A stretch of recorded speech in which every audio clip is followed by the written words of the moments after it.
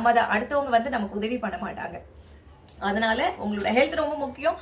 Walk பண்ணுங்க, இன்னையில இருந்து ஸ்டார்ட் பண்ணுங்க.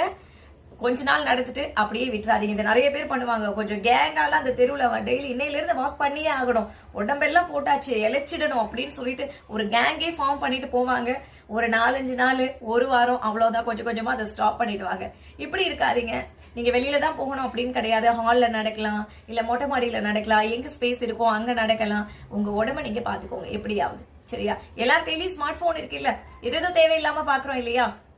முதல்ல உங்களுடைய ஆரோக்கியம் சார்ந்து எல்லாம் தெரிஞ்சு வச்சுக்கோங்க.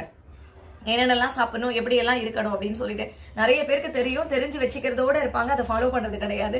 நான் உட்பட அந்த மாதிரி பண்ணுவேன். பட் இப்பெல்லாம் அப்படி கிடையாது. என்னோட ஹெல்த்தை நான் கொஞ்சம் பாத்துக்கிறேன். நான் கொஞ்சம் நல்லாவே பாத்துக்கிறேன். சோ நீங்களும் பாத்துக்கோங்க அப்படின்றதுக்காக தான் இந்த ஒரு விஷயத்த உங்களோட நான் பகிர்ந்துக்கிறேன். இந்த பதிவு உங்களுக்கு பிரயோஜனமா இருக்கும் அப்படின்னு நான் நம்புறேன். மறக்காதீங்க.